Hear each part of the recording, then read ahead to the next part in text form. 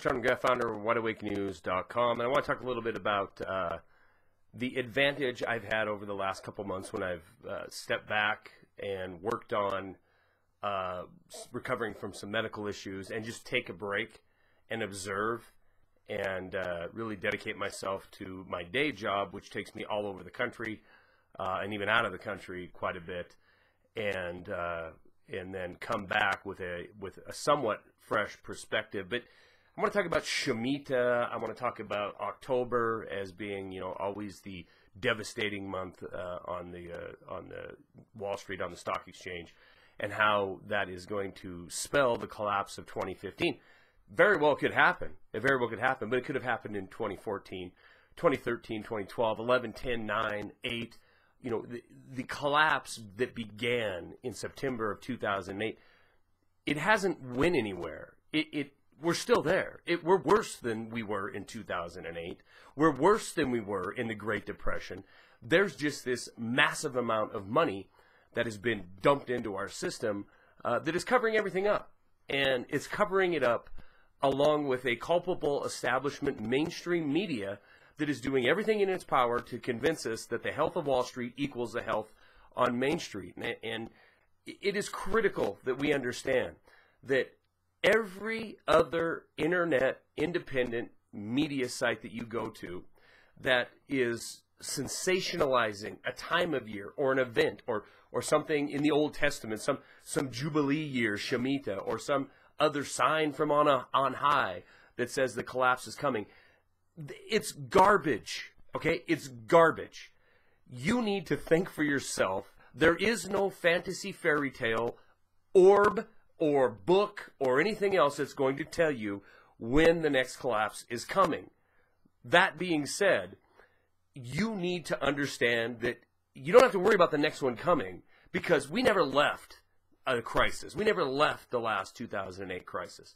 We're still in a depression. We're still heading towards complete oblivion, at least as far as the middle class is concerned in the United States of America.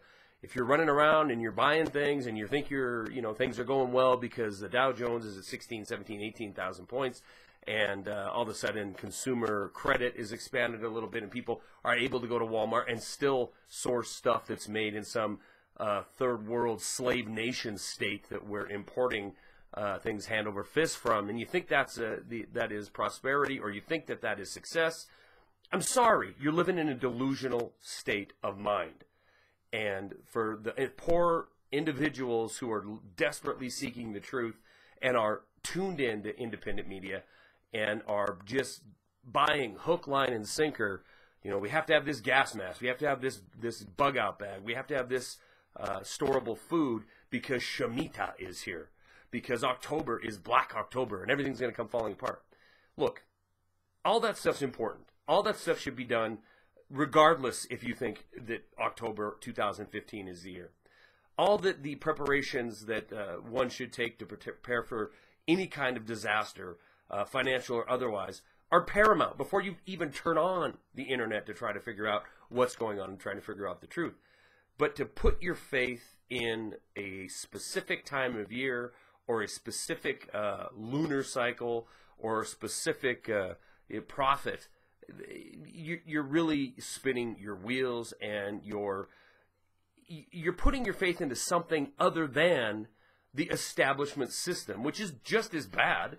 I mean, if you're going to believe somebody, you might as well believe the beautiful paid spokesmen who are coming on MSNBC or Fox or any of the other corporate media outlets that are 100% owned and controlled by the same corporate special interests that receive billions and trillions of dollars of bailout money, and in fact wouldn't even be in existence right now if it wasn't for your future tax dollars that are going to go to pay for them. You might as well put your faith into them, because at least it's a good production.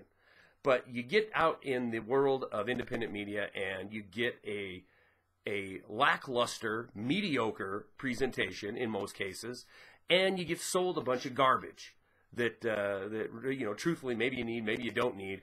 But one thing you don't need is to be yet another audience for yet another product. You're bombarded with that crap 24/7. Every time you turn on a computer, every time you turn on your television, you're bombarded with the establishment trying to take your very few dollars that you have left and turn it into more profit for them, even though in some cases, in the case of NBC, for example, it doesn't really matter if you buy crap from their advertisers or not, because they have a guaranteed source of revenue, which is their connection, their ownership, General Motors, guaranteed never to fail because they've already been established to be too big. But I digress. Let's look at our economy. Let's look at 5% unemployment. Let's look at the participation rate. Let's look at where our country really is compared to just a few years ago and where we're going in the very, very near term, economically speaking. Now, there is a whole myriad of different sectors, politically, geopolitically. What's going on right now with Russia? What's going on in Eastern Europe that's kind of fallen off the radar because of what's going on in the Middle East still, once again, new flavor, new spin on it. But if we look at the economy right now, we're told it's 5.1%. And yes, we've had a little bit of Shemita stock market drama over the last month or so. A big rise, big drop, big rise, big drop. But you know what? It's all garbage. This is one thing I've learned of covering this kind of thing since 2008, is that everything that you see when you look at the Dow Jones, when you listen to the plastic spokesmen on MSNBC, or for that matter, for independent media outlets that are telling you, oh, you got the death cross, you have this statistic, or you have this metric that indicates that we've hit a situation in the market that is going to spell disaster. This always ends in disaster. The market's not real. Sorry, it's fake. It's 100% synthetic, top to bottom, front to back. It is a control mechanism, just like the divisive arguments between the red and the blue team. The stock market, the indices have been created, have been manipulated, and turned into a synthetic, manipulative weapon of mass financial destruction to use on the people of this country and the world. Don't believe me? Watch what happens when the market falls 700 points in a 2 or 3 day period, or 1,000 points in a month period. All hell breaks loose in establishment media, convincing you that we need to do whatever we have to do in order to prop up the financial institutions, in order to make our economy grow. We have to have a healthy Wall Street. Everybody, of course, is vested in Wall Street. But at the same exact time, if we dare to open our eyes and look at our neighbors, we see that our neighbors are not involved in Wall Street. They're not. They might have a chunk of their money taken out of their paycheck, think they're involved, but that money's going to get stolen. And it's already deflated to the point where by the time they get to use this retirement, it's going to be absolutely worthless if it's there at all. Because, you know, you can mark my words on this, the next financial collapse that unifies the globe and ushers in global financial governance is going to wipe out the value of absolutely everything that you think is valuable right now. And I'm talking to the people that are just tied up in what the stock market's doing, tied up in their paper investments. The fact of the matter is our country is hemorrhaging.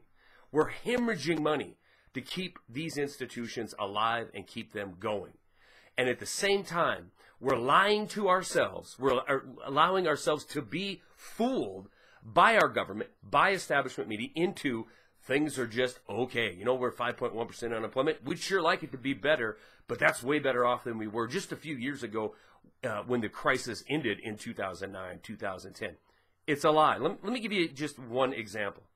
In the year 2000, right, most of us can remember 15 years ago when we crossed from 99 into 2000, Y2K, 284 million people lived in this country, 284 million. At that time, our workforce was 154 million. So out of the 284 million, 154 million of them were considered to be eligible workforce. We fast forward 15 years, right? Our population has pretty much exploded from 284 million to 320 million. However, our workforce, and this is important because this is how we get a 5% unemployment rate, has shrunk from 154 million to 148 million. And for those who are thinking, well, that's only 6 million different, yeah, you're right. But the population difference is enormous. I mean, we're talking 35 million more people that live in this country, yet 6 million less jobs, or 6 million less people that are eligible to be working in the year 2015 than they were in 2000. The numbers don't add up unless you want to convince the populace that a healthy Wall Street, a booming Wall Street, equals less unemployment and more prosperity, well, then you need to cook some numbers and you need to get the participation rate down. You need to get the labor pool down so it looks like something's happening.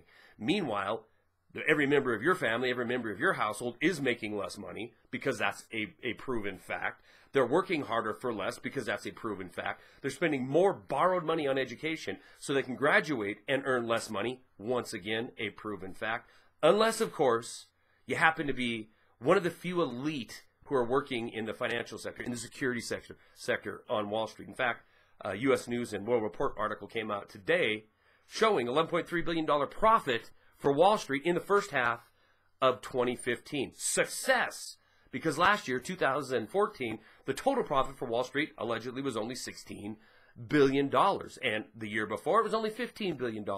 Why was poor Wall Street hampered with these smaller $11 billion profit years? And in 2015, they're already at $11 billion with only half the year gone by? Well, it's pretty easy. It's pretty simple. They are no longer paying their big fines that they had to pay for devastating the global economy in 2008. The fines that the mainstream establishment media are going to tell you is fair punishment to these financial institutions. After all, this is the economic engine of the country, right? Even though they don't do anything other than trade paper, even though they don't do anything then other than devastate lives and then have the government, us, we, the people, borrow money from the future to feather their nests right now. That same industry no longer is paying fines for devastating this country's economy, the global economy, from 2008. They don't have to pay these fines anymore. So in 2015, their profits are going to be substantially higher than they were from 2008 till present because they're no longer paying a penalty. They're no longer paying a fine. And we already know that not one of them was executed for their crimes of treason against our nation. None of them were thrown in jail. None of them were slapped on the wrist. And in fact, most of them didn't have to pay a red cent. Their stockholders paid the fine, or it was free tax money that went ahead and paid the fine. So if you're in the security sector, 2015 is a pretty good year. In fact, the average salary now in the security sector on Wall Street is a whopping $404,800, including bonuses. Now, I'm telling you, I travel this country, right, coast to coast. I get to Canada. In fact, I'll be in China here in a few weeks, and I'm telling you, $404,000 is not representative of what the average person that I run into, which is the majority, the shrinking middle class, the desperate upper lower class, the more desperate falling middle class from upper to middle to lower middle class. The amount of poverty that I've seen in this last several months has been on a record high. Those stats are not going to be published on MSNBC. The amount of people that are just absolutely and totally desperate, the crime that's springing up in areas that just a few years ago I would travel to and would consider this is a great area that I'd like to live. For example, parts of Tacoma, Washington, that was what used to be one of my favorite cities to go to. Now it's terrifying to go through there. I travel with this. This is a tactical pen made by Gerber.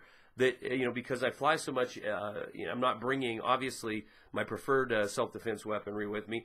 But I traveled to some of these places, Oklahoma City just a few weeks ago, and witnessed firsthand, the devastation and the crime and the amount of suffering that's going on in the heartland of the country. But you're not going to hear about that crap, right?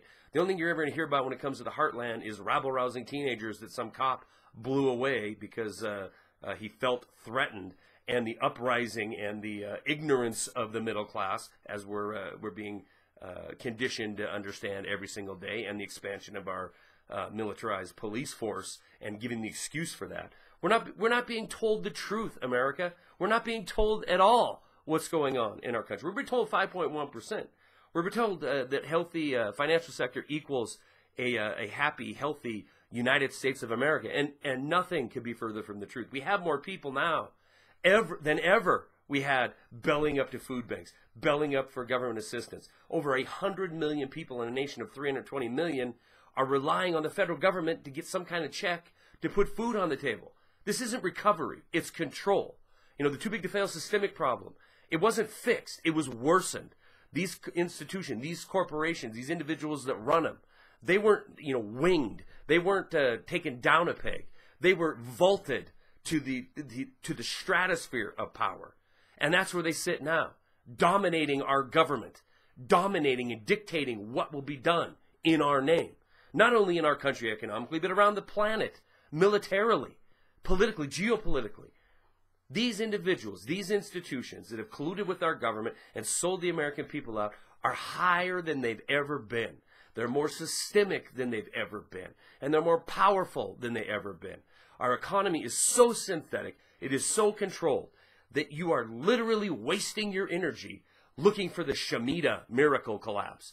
You're wasting your energy trying to read some chart of how the indices, the S&P 500 or the Dow 30 are doing, because they don't mean anything. Look, you can't have an evaporating middle class and a Wall Street at 18,000 points and think that there's a correlation there that's real, that isn't synthetic, because it's 100% fraudulent. Will we have a collapse? You can bet your last ounce of silver on it that yes, a major, major global financial realization of depression is coming. But it isn't going to be because of Shemitah. It isn't going to be because of Black October. It isn't going to be because of some general statistics that folks follow to understand what Wall Street's going to do. It's going to be exactly like the collapse in 2008. It's going to be exactly like what led us in to 9/11 and the war on terror that's now going on 15 years running.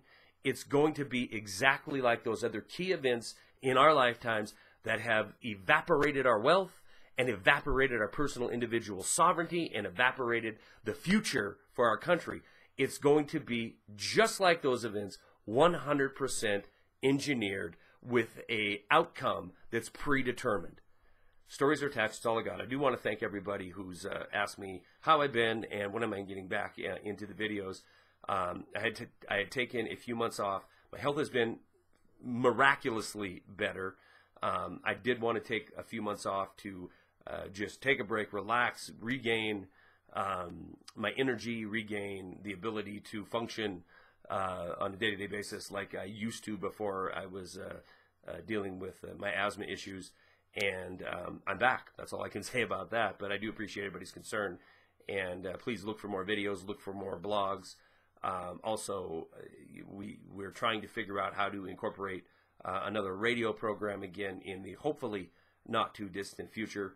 I do want to thank Craig Simpson, who was a producer at over at Doomcast.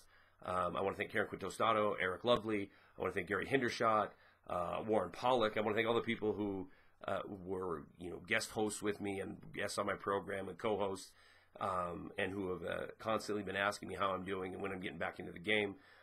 And like I said, I feel great, and my observation of our situation has certainly not diminished, and it's time to start talking about it. It's time to start talking real. No more, trying to please somebody or trying to, worry about somebody's feelings or some group's feelings. I just don't care anymore. I could care less if I offend somebody. I could care less if the alternative media comes under the spotlight. Well, guess what? There's a lot of charlatans out here. Just as many as there is in the establishment media. So it's time to be truthful. It's time to wake up, and it's time to realize that the cons run amok at every level of society, and it's your responsibility to be awake and to be informed what's happening in your world. Stories attached once again. See you soon.